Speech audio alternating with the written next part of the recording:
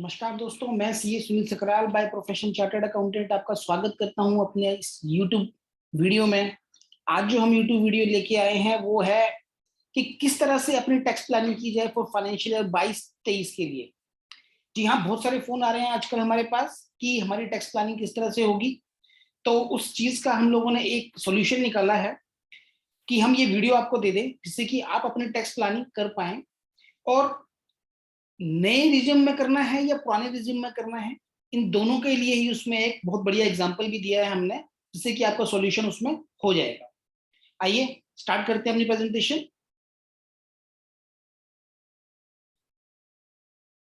So this is the presentation where we are saying which one is better, old regime versus new regime।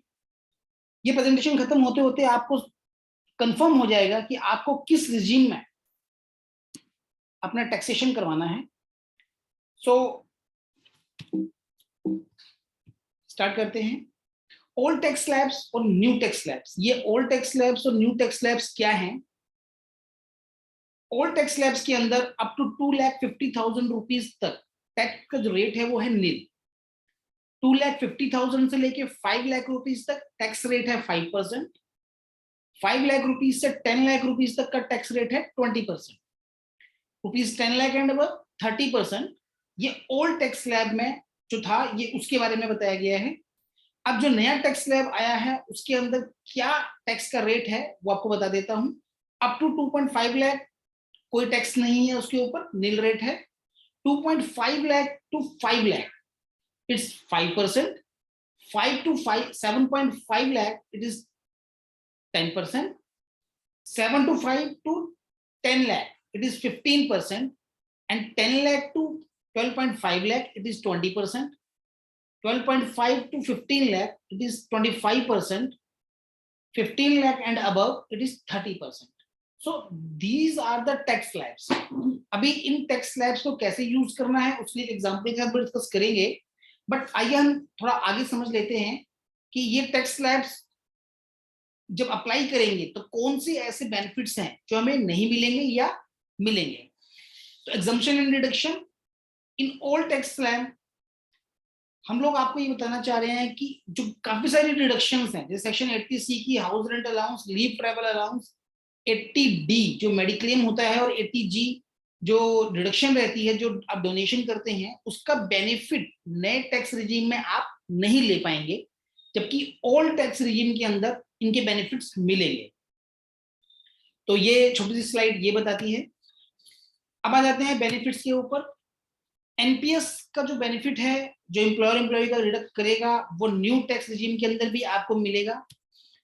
Life insurance थोड़ा सा detail में समझ लेते हैं। 80C के अंदर जो मेजर पार्ट है, जो भी सैलरीड एम्प्लॉइज या अदर एम्प्लॉइज इन्वेस्टमेंट्स कर रहे हैं, सेविंग्स कर रहे हैं, वो कर रहे हैं इंश्योरेंस के अंदर। तो 80C में insurance, tuition fees and provident fund, ये सब बेनिफिट्स नए टैक्स रिजीम में अगर आप इन्वेस्ट करते हैं तो नहीं मिलेगा, जबकि पुराने टैक्स रिजीम में ये सारे के सारे बेनिफिट्स लाइव रहेंगे आपके पास। होम लोन इंटरेस्ट के ऊपर जो बेनिफिट है वो नए टैक्स रिजीम में नहीं मिलने वाला है, पुराने टैक्स रिजीम में मिल रहा है, तो थोड़ा उसका डिफरेंस रहता है।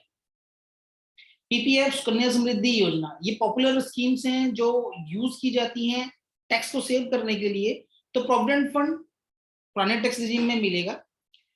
सुकन्या समृद्धि योजना ये भी पुराने टैक्स रिजीम में मिलेगा, नए टैक्स रिजीम में ये नहीं मिलेगा। बट यस, इनकी जो मैच्योरिटी प्रोसीड्स आपके पास आएंगी, इवन एलआईसी की भी जो मैच्योरिटी प्रोसीड्स आएंगी वो इनकम टैक्स के दायरे से बाहर रहेंगी और आपको बेनिफिट उनका टैक्स एग्जम्पशन में मिलेगा। आइए लॉसेस समझ लेते हैं नए टैक्स रिजीम में क्या है। एक हमने स्लाइड बनाई है जिसमें हमने बताया है कि स्टैंडर्ड डिडक्शन आपको नहीं मिलेगी। 80TTA जो सेविंग बैंक के ऊपर इंटरेस्ट होता है वो नहीं मिलेगा। 80TTB जो फिक्स डिपॉजिट्स के ऊपर जो इंटरेस्ट का बेनिफिट मिलता है ओल्ड स्लैब में वो नए स्लैब में नहीं मिलेगा। लीव ट्रैवल अलाउंस नहीं मिलेगा। माइनर चाइल्ड इनकम अलाउंस आपको नहीं मिलेगा। Helper allowance, children education allowance और अदर स्पेशल अलाउंस जो 10 सेक्शन 14 के अंदर आते हैं, उनका कोई भी बेनिफिट आपको नए टैक्स रिजीम में नहीं मिलेगा।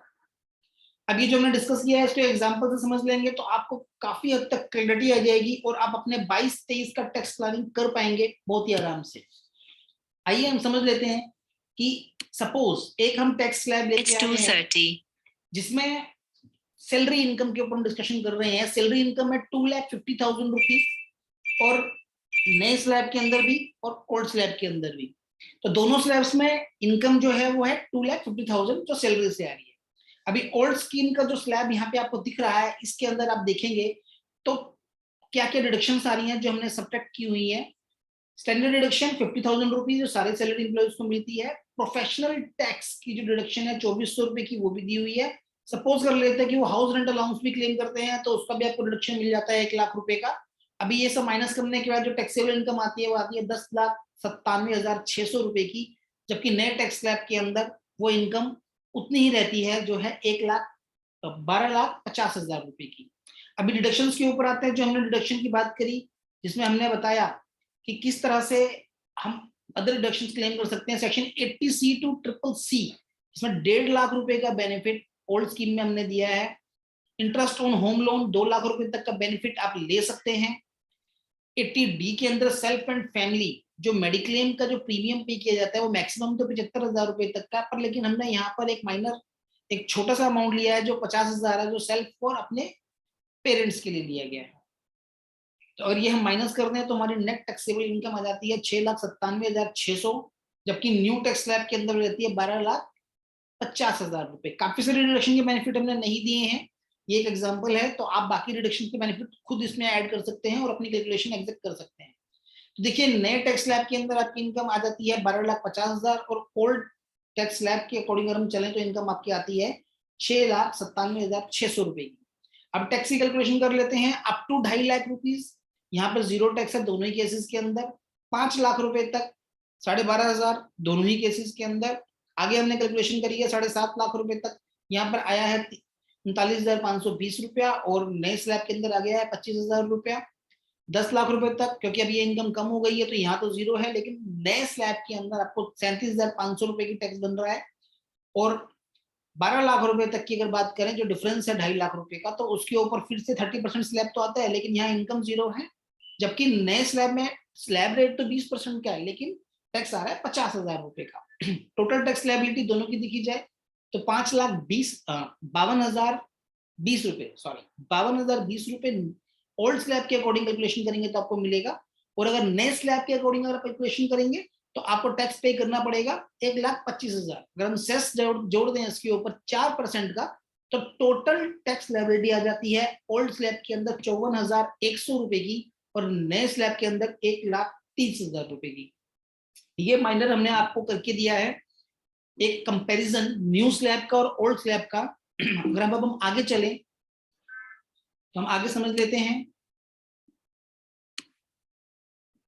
In above example, for the income 12,50,000 rupees, new tax slab regime marginally beneficial नहीं है, तो इनका जो बेनिफिट्स रहेंगे हमें ओल्ड स्कीम के अंदर ज्यादा रहेंगे और नए स्कीम के अंदर हमें कम रहेंगे।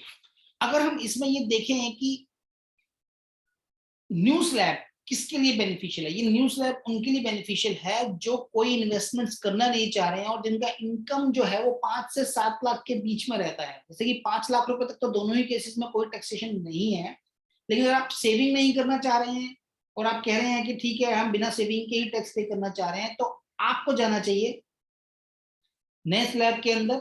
अदरवाइज अगर आप पुराना स्लैब लेके चलेंगे तो आपको वो ज्यादा बेनिफिशियल हमेशा ही रहने वाला है। सो थैंक्स अलॉट, आप हमारे इस YouTube चैनल में आए और आपने हमारा ये वीडियो देखा। उम्मीद करता हूं कि आपको हमारे इस वीडियो से